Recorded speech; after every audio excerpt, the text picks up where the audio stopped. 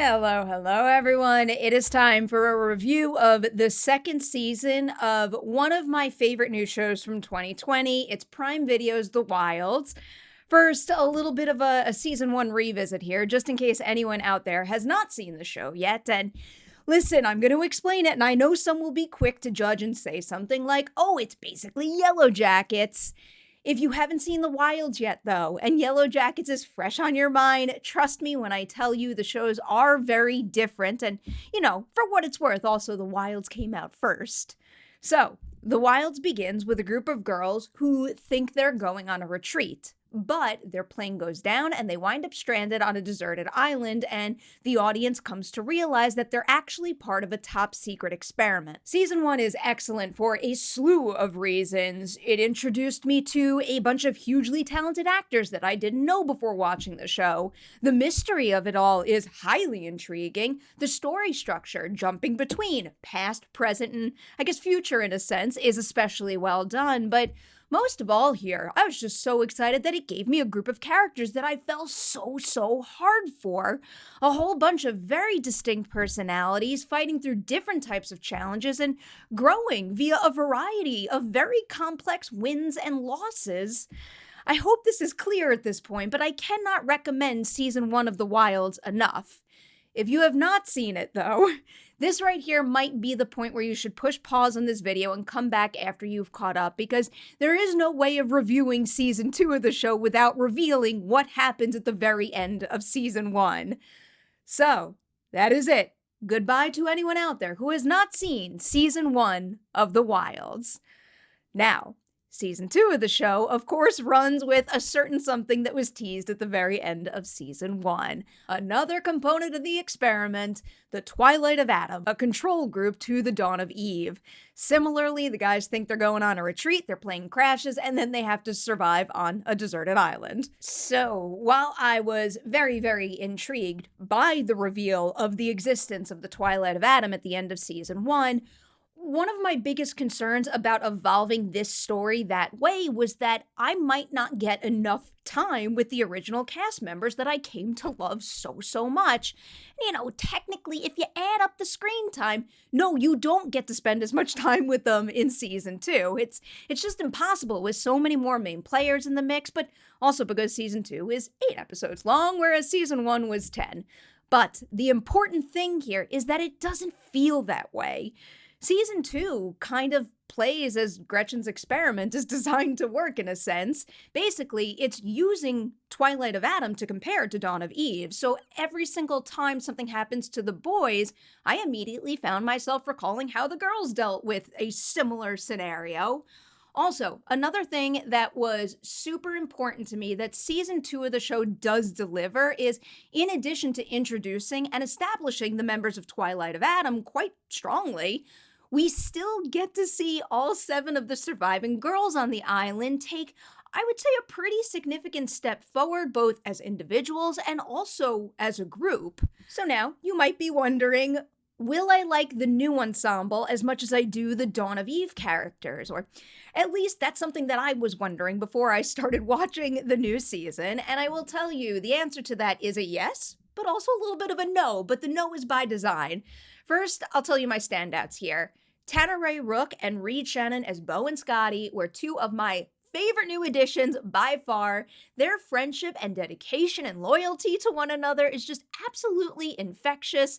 An on-screen friendship that feels as real and true as they come and just makes them incredibly easy to root for and often a true joy to spend time with.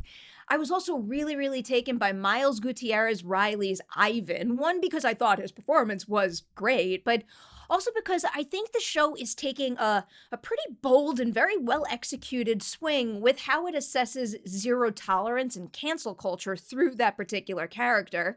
This right here is Guiterrez-Riley's first big television project, and that is some very heavy stuff to handle right there, so it's just especially impressive watching how well he navigates all of that. And tackling a topic like that is not really the biggest surprise for a show like this. I mean, they dealt with a number of very heavy, complicated scenarios in the first season, and they did it quite beautifully. However, there is one storyline that I am a little hung up on this time around, and it's something that I'm really eager to hear other opinions on and to discuss more for a number of reasons, but especially because I have no experience dealing with such a situation. But from my perspective, at least, what's happening with Alex Fitzalan's character, Seth, it doesn't feel fully formed. And yes, I'm sure they'll explore it more in season 3 of the show, but I did still find myself, I guess, reaching for more clarity on that matter right now. But the thing is, I do think that feeling is a result of how they're deliberately trying to explore such a situation. I don't really want to push it too far here and ruin anything for anyone, but this particular storyline does feel like it becomes less about Seth himself and more about the people around him. And there's parts of that approach that do work really well, but then there's others that feel like they fall a bit short.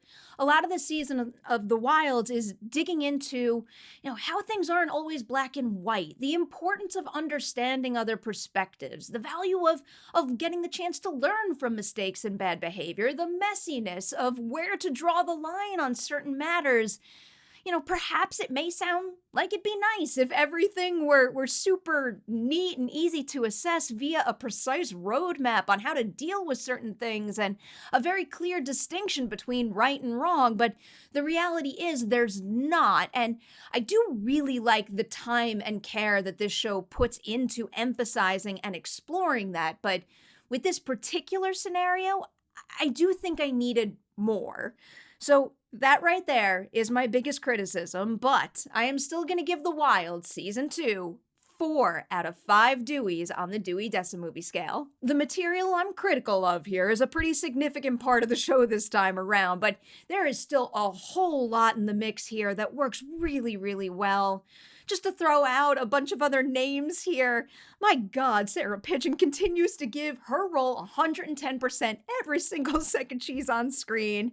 They take an especially big swing with that character this season, and it's something that I really do believe would never have worked without someone like Pidgeon playing Leah and dealing with that kind of material. For all the Shelby and Tony fans out there, they get some really great scenes that make a big, big impression and also really dig into how their past is impacting their current relationship in some hugely emotional ways. I am just absolutely living for how Fatten has grown from season 1 to 2, and honestly just never expected her to be the force that she is this time around, but Sophia Ali earns it big time. And then in Martha's case, I'll say that I'm very intrigued by what I got, but I am eager to explore more of what she goes through at the tail end of the season as we move forward. And then also overall, again, the suspense, the visuals, the production value of the show is all hugely impressive. Although there is one green screen heavy scene that didn't quite work for me, but it's just that one.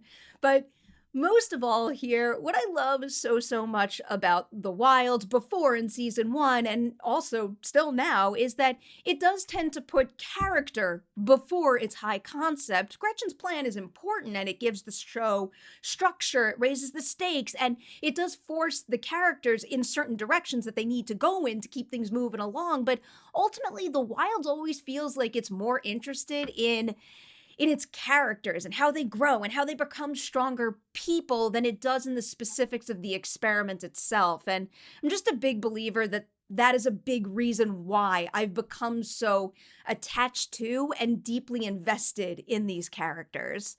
All right, that is where I'm going to leave you on The Wild. If and when you check it out, and clearly I hope you do, hit that comment section below. Tell me all about how you feel about season 2 of the show, and you guys know I love playing this game too.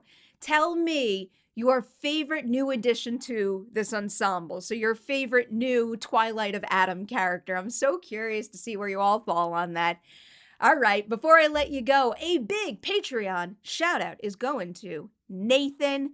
Nathan is super cool, and I'm very grateful that he's very flexible with his video requests because this was a last-minute pivot. Nathan, I hope you enjoyed this review. I hope you enjoyed season 1 of The Wilds, and I hope you enjoy season 2 when you watch it. Thank you so much for being here, my friend, and a big thanks to everybody out there for watching this review.